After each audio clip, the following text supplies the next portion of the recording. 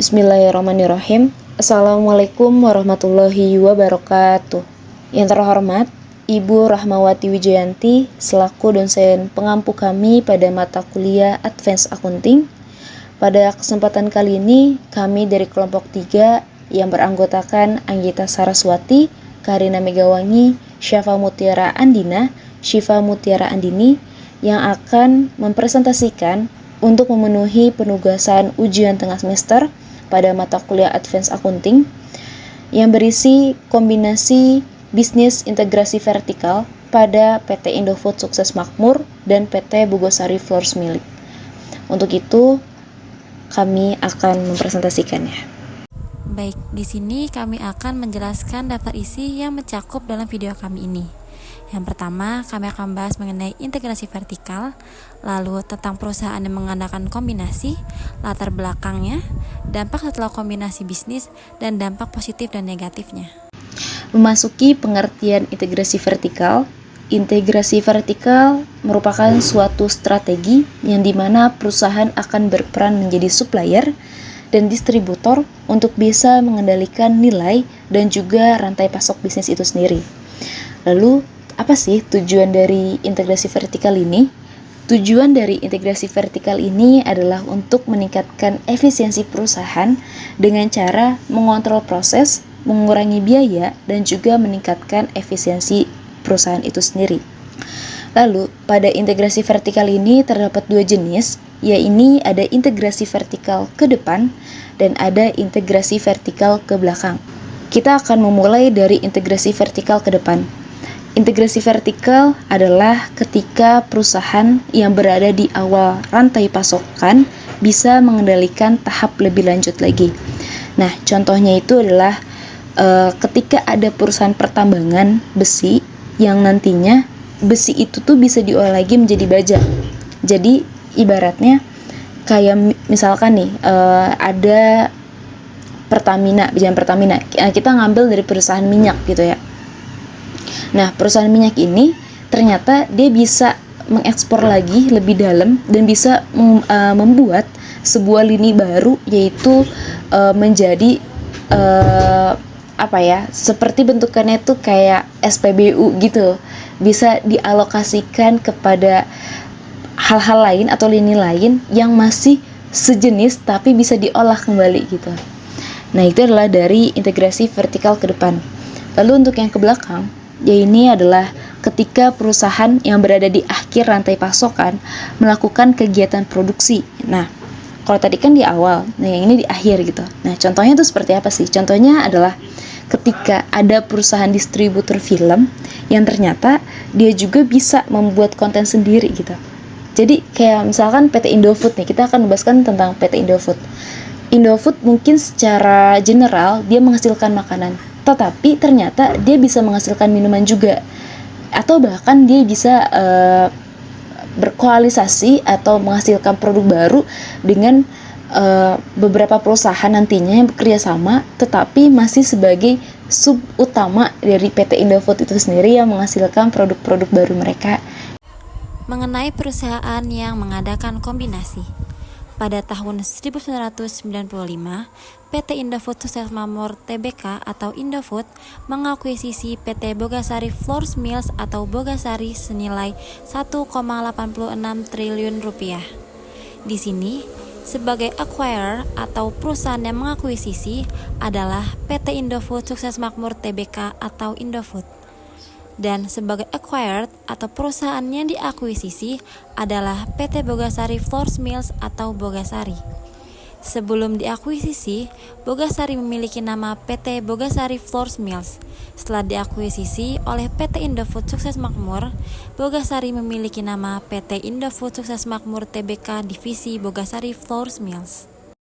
Selanjutnya mengenai latar belakang kombinasi bisnis antara PT Indofood Sukses Makmur yang mengakuisisi PT Bogosari Flours Mills karena mereka ingin meningkatkan kontrol atas pemasok untuk memenuhi kebutuhan tepung untuk memproduksi mie sebagai bisnis utama perusahaan Indofood.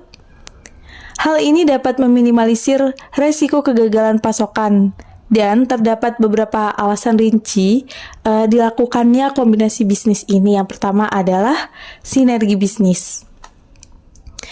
Yang dimaksud sinergi bisnis ini adalah Indofood ingin memperkuat rantai pasokan terigunya untuk produk mie instan dan produk makanan lainnya.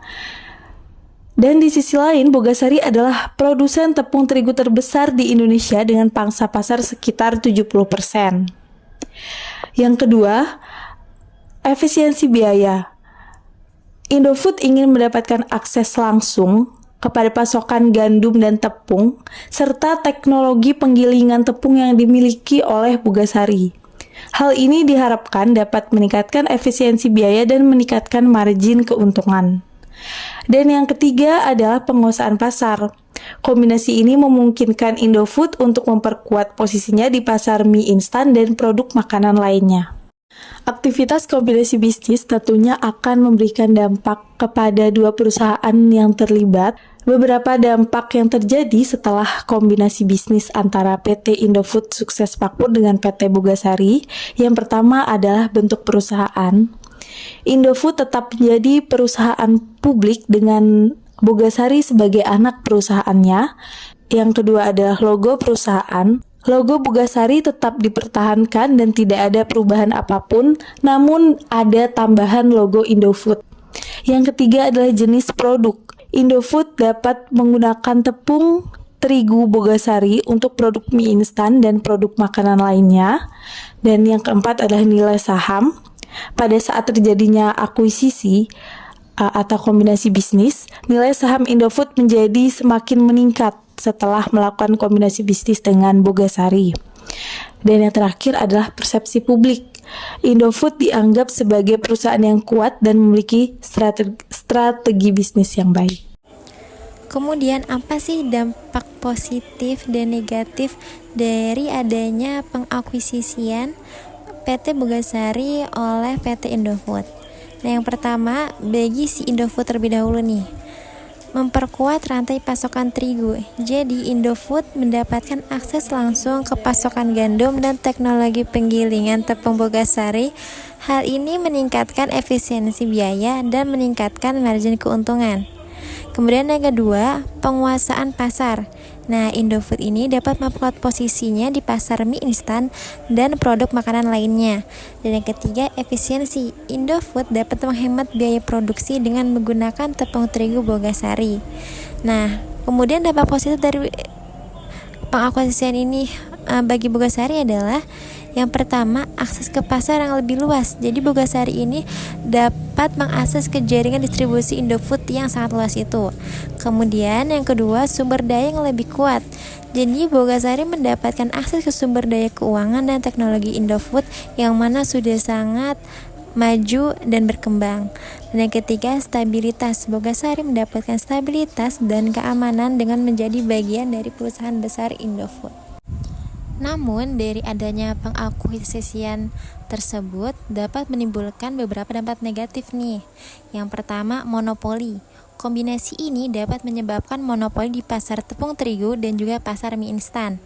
Yang kedua, harga. Karena terjadi monopoli pada produk tepung terigu, konsumen dapat dirugikan jika terjadi kenaikan harga pada tepung terigu karena produksi terbesar dimiliki oleh perusahaan besar juga.